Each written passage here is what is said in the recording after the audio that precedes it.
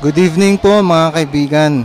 Ito po si Rom Kumagon at kasama ko po si Brother Ralph Blanco ng Jesus Miracle Crusade. It's my first time to be here in one of their services. And I approached Brother June Esguera kanina, and he mentioned that dapat ma-orient ako properly of what Jesus Miracle Crusade is all about. So, Brother Ralph Tanco is here with me to give me precisely that, and also our viewers. Brother Ralph, siguro, could you please orient me and our viewers? Ano po yung work ninyo po dito sa Jesus Miracle Crusade? Isa po ako sa mga preachers ng Jesus Miracle Crusade International Ministry na inordained ng ating beloved and honorable evangelist Wilde Estrada Almeida and our beloved and honorable stand pastor Lina C. Almeida to preach the Word of God at mag-asikaso rin ng mga spiritual na mga tungkulin sa aming banal na iglesia. Ngayon marami po kaming taon na lumipas na. Since 1983, I was already baptized dito sa banal na gawain ito in the name of Jesus na nakalagay naman po sa banal na kasulatan. At dito po na tunghayan yung mga signs, wonders, and miracles. That's why nanatili po ako. Then later on in my life, nung ako ay mabaptized, I surrendered myself because naramdaman ko sa aking sarili yung calling to be a full-time worker in the vineyard of the Lord. Kaya bilang pasalamat sa mahal na Panginoon sa kaligtasan na aking natamo, binigay ko ang aking buhay sa mahal na Panginoon. And siguro magbigay na lang ako ng short testimony ko para ipabatid din kung bakit nagkaroon ako ng burden na ibigay aking buhay sa mahal na Panginoon. In 1983, nakilala ko po nalaman ko po ang tungkol sa Jesus Miracle Crusade when I was searching for the truth, searching for a solution to my problem. I was before a homosexual. I was studying then at UP Los Baños. In 1980, I was about to graduate na, 3 units na lang graduate na ako ng Agribis. But then I was, talagang nabagabag ko ng gusto sa aking problema. Parang naging walang saysay ang lahat. Kasi doon sa aking problema, na anytime sa nakikita kong nararamdaman kong trend ng panahon, because it was inborn, yung aking damdamin na yan, inborn yan, pero I managed to keep it to myself sa aking mga earlier years. Pero later on, siguro ito na yung calling ng mahal na Panginoon na talagang parang suicidal na ako yung mga time na yon. Parang walang solution Parang walang solution. And nababalitaan ko na lang yung aking mga kaibigan na dating mga homosexual. Yung iba nga hindi ko alam na homosexual, bumigay na. Ibig sabihin, nagladlad na ng kapa kumbaga. Sabi ko hindi ko maaatim sa aking sarili yon. Maliban sa nahihiya ko, I was looking for a solution na talagang hindi ako maging kahihaya yung aking buhay. Ang aking personalidad, hindi naman ako ambisyosong tao. I'm a simple man. Simple. Mga simple lang yung aking mga gusto sa buhay. And ang aking pinakamatmitihin lang is yung maayos na reputasyon. Parang doon pa ako masisira. Yung reputasyon na lang parang yun na lang ang gusto kong, ang inaasam-asam kong maging maayos sa aking buhay. Doon ba ako masisira? So, naghanap ako ng solution. I research sa books hanggang sa nasira yung aking pag-aaral. Hindi na yun ang inaatupag ko yung pag-aaral. Nandoon na nakafocus yung aking mind sa hanap ng solusyon. Pag nagpupunta ako sa library, bookstores, I keep reading about homosexuality, why, bakit nagkakaroon ng ganyan, mayroon bang kalutasan yan, etc., etc. Pero habang lumalaon, tumatagal ng panahon, parang walang kasagutan. Hanggang sa parang, hindi ko naman po pwedeng ilantad ko sa madla yung aking problema, ikinahihiya ko nga eh. So, ang naging isang paraan ko is to go to a psychiatrist. Parang nakatunog ako na somebody marunong parang parapsychologist o psychiatrist, something like that. Sumubo akong kumonsulta sa isang parapsychologist sa aking pagbabasa. Nagpunta ako sa kanyang office, then I asked about homosexuality. Sa harapan pa lang may consultation fee na. Kailangan ka lang, magbayad ka na. Pasok ako sa loob. So kumbaga sa kahit ayaw kong sabihin, I have to. Ngayon, Lendo, na-interview niya ako sinabi ko nga na mayroon akong damdamin na yung homosexual feeling. What do I do about it? Gusto ko makalaya. Ang sabi niya sa akin, alam mo, yan lang ba? Parang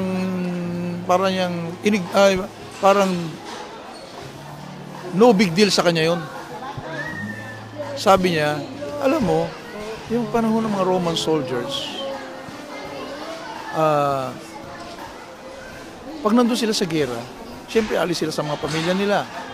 Pag dumating ang pangailangan nila sa lamang, sila. Yun ang aking bumagsak lalo yung balikat ko. Walang solusyon ito talaga. Sa aking pagbabasa, wala din ako nakita sa mga libro, etc. Pagkatapos dito pa, ganun din. So umuwi akong bagsak ang balikat ko talaga. Parang hopeless. It's a hopeless case. Hanggang sa parang suicide na lang yata ang solusyon dito. Bago mangyari na ako'y lumadlad din ang kapa. Yun ang iniisip ko. Then, one night, ay talagang parang wala na talaga akong makapitan kung saan ako hihingi ng tulong. Parang I was alone. Wala na ako. Ayaw ko na makipagkaibigan kahit kanino kasi sa takot na baka isang araw madiscover nila na ako'y homosexual. Baka ito'y maging kasiraan ko pa. So, ayaw ko na makipag-usap halos kahit kanino. One night, talagang hindi ko na makayanan. Parang kusa na lamang na umiyak na lang ng umiyak ako. Buong gabi yan. Buong gabi umiiyak ako. Basang-basa yung aking unang sa iyak. Ang tanging binibigkas ko na lamang kasi parang hopeless na ako. Diyos ko, gusto ko nang mamatay. Parang yun na lang talaga ang aking way out. Para akong feeling ko, isang ibon na lumilipad, gustong dumapo, wala kang madapuan, puro tubig. Wala kang madadapuan. I was that hopeless. Yun ang feeling ko. Gusto ko na, pagod na ako kakalilipad eh.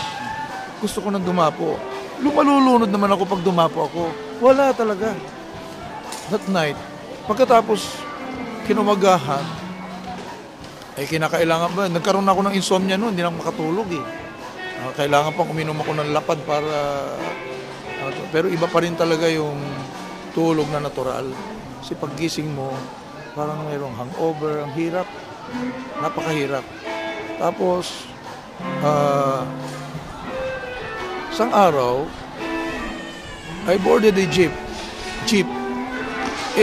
Passenger jeep. Nakita ko yung isang sticker na maliit na sticker, Jesus Miracle Crusade. Are you sick of cancer? Etc. Kung ano yung nakikita natin sa leaflets ng Jesus Miracle Crusade. Yun ang nakita ko. He will heal you and solve your problems through the prayer of Evangelist Wildy Estrada Almeida. Jesus loves you. Yun ang nakita ko. Sabi ko, parang natuon-doon yung aking isip. Then, kagad-agad mayroong epekto sa akin. Kahit na hindi ko naiintindihan ng Biblia, parang Basta binabasa ko lang. Mayroon akong Bible doon na New Testament. Basta binabasa ko lang kahit hindi ko maintindihan. Parang nagkaroon ako ng desire. Samantalang yan hindi ko binabasa yan. Hindi ko binabasa yan. Then, 8 days before, kasi nakita ko yung date 8 days before that, nagkaroon na ng change sa akin. Doon pa lang sa pagtingin ko sa leaflets na yun. Yung aking paninigarilyo na hindi ko matanggal-tanggal, bakit bigla ako nawala ng gana? Tinanggal ko na talaga yung paninigarilyo ko. Then dumalo ako doon sa crusade, nung 8 days before kasi nakita ko yung leaflets.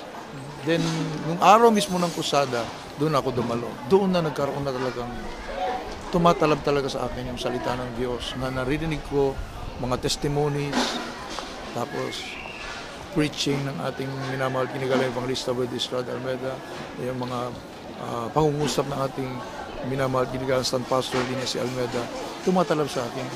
Balik ako ng balik. It was a 37 nights na krusada sa Loton, Plaza Loton. That was 1983. Hanggang sa doon ako nahubog, hanggang sa nawalan ako ng gana sa pag-aaral ko. Bagaman galit na galit ang father ko nung time na yon. Kaso wala akong magawa. Parang tinatawag na ako ng mahal na Panginoon nung mga panahon na yan. Hanggang sa, after how many months pa lamang, kadadalo-dalo, I surrendered my life to the Lord. Tapos naging full-time worker na ako. Tapos, habagan ng mahal na Panginoon, hinipo ang ating minamahal ginigalang na evangelista, minamahal ginigalang stand pastor, natanggapin ako sa loob ng pastoral house as a full-time worker. From then on, tuloy-tuloy na po yun. Na ako'y nagpagamit sa mahal na Panginoon. Then we praise the Lord every day and we fast. Yun po ang aming mga ginagawa sa tuwang-tuwang nakalak talaga ako sa aking paglilingkod sa mahal na Panginoon. After how many years sa ministry, dito na rin ako kinasal. Nagkaasawa ko dito, then today, as of now, I have 6 children. One went with the Lord. Kaya hanggang ngayon, kasalukuyan, nagpapatuloy na maglingkod sa mahal na Panginoon. Masayang masaya, satisfied na satisfied, kumbaga. Talagang yung aking aspiration na magbago, dito ako binago ng mahal na Panginoon. Yung dating homosexual, tunay na lalaki na. Pinagpala ng ating mahal na Panginoon. At talagang maligaya sa pagsisilbi sa mahal na Panginoon. In all the crusades, dito ko na nakita yung mga himala na hindi ko nakikita sa tanang buhay ko, sa aking religion. I was raised up and we were raised up sa Roman Catholic na hindi ko nakikita, parang panaginip lamang lahat yung mga himala na yan. Dito live nakikita ko paano patay mismo nabubuhay, kung paano yung ketong gumagaling, mga cancer, leukemia. Kasi at saka nangyari din sa buhay ko. I was a homosexual, binago ako ng mahal na Panginoon. Kaya nakita ko rin dito sa lahat ng kapatiran, bawat isa may patotoo kung paano naghimala ang mahal na Panginoon sa kalang buhay. So, everyday na-strengthen yung faith to serve the Lord, na talagang hanggang sa ikaw ay grounded na, lalo na kapag nalinig mo palagi, kasi yung sabi nga sa banal na kasulatan, faith comes by hearing and hearing by the Word of God, hanggang sa nag-grounded ka sa Word of God, na i-establish lalo yung faith mo habang dumadalo, narinig mo yung mga patotoo, napakadaming mga himala ng mahal na Panginoon. Hindi mo talaga pwedeng pasubalian. No matter what the others say, hindi mo pwedeng. Sabi nga ng ating minamahal ginigalang evangelista, kung halimbawa may magsabi sa iyo, ang asukal ay mapait, ikaw mismo na nakatikim ng asukal, paano mo silang paniwalaan? Matamis nga Matamis Naramdaman ko at nalasahan ko na matamis ang asukal. Paano mo sasabing mapait? Siyempre marami mga detractors dyan, persecutors, everyday makakasalamuha ka ng ganyan. Marami mga batikos, pero hindi, pagka ikay well-grounded na sa Word of God, hindi ka na matitinag. Kasi habang nakikinig ka ng salita ng mahal na Panginoon, doon nasasagot yung iyong mga katanungan, yung mga doubts mo, doon napaplansya lahat, everything. Kapag may mga questions ka, siyempre darating din sa buhay mo mga pagsubok to test your faith, everything. Parang minsan talagang may mga highs and lows sa pananampalataya. Pero sa iyong mga napakinggang salita ng mahal na Panginoon, it anchors you. Hindi ka talaga mawala. Kumbaga sa talagang sinabi ng ating minamahal ginigal evangelista na faith cometh by hearing and hearing by the word of God. Nagaganap talaga. So yun, maraming mga na-encounter ako, mga himala na talagang lalo kong napanghawakan ang salita ng mahal na Panginoon sa aking buhay. Biro mo, ang mga nagaganap sa banal na iglesia hindi lamang ilang daan na kapatiran. Yung mag-cite na rin po ako ng kasi dito sa ating banal na iglesia ito, may mga instances na talagang nagpapakita ang mahal na Panginoon ng himala for all people to see. 1989, El Nino, nagkaroon ng El Nino 1989 to 1990 to 1990, 91 po yata yon. Since 91, year 1991, alam naman natin dito sa ating bansa, an average of 20 typhoons ang pumapasok dito. Yearly yan. Yearly. Drought El Nino 1991. Nag-challenge ang ating, matagal na, ilang buwan na, wala pa rin ulan. Nag-challenge ang ating minamahal ginigal evangelista magkaroon ng isang paligsahan sa Luneta. Months na ito ina-announce sa radio, TV, nag-a-announce ang ating minamahal ginigal evangelista at in-schedule ng May of year 1992 ang crusade sa Luneta. May 2, 3, and 10. Tapos, walang ulan. Ang sabi ng ating minamahal ginigal evangelista, lahat ng mga religions, I invite you to a contest. Magkaroon tayo ng isang paligsahan. Kung sino ang tugunin ng Diyos at umulan, yun ang nasa katotohanan. Medyo yun. Kasi,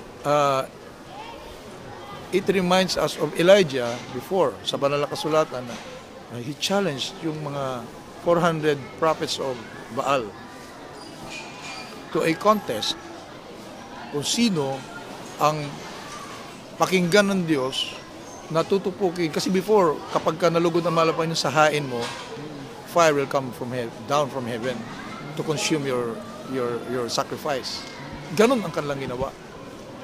Yung 400 prophets ni Baal, pinauna niya, sige kayo mauna. So nilatag nila yung kanilang baka para i-consume ng Diyos. So they prayed and prayed. Walang bumababa na apoy from heaven to consume the sacrifice. Talagang nilalait pa sila ni Elijah, baka naglalakbay yung Diyos nyo. Baka naglalakbay, baka natutulog. Isingin nyo. Hanggang sa hiniwa-hiwa na nila yung katawan nila. Sacrifice nila para yung Diyos nila itutugon. Maawa sa kanila, tugunin na yun. Wala. Hindi talaga tumugon. Wala. Here comes Elijah na. Nilagay niya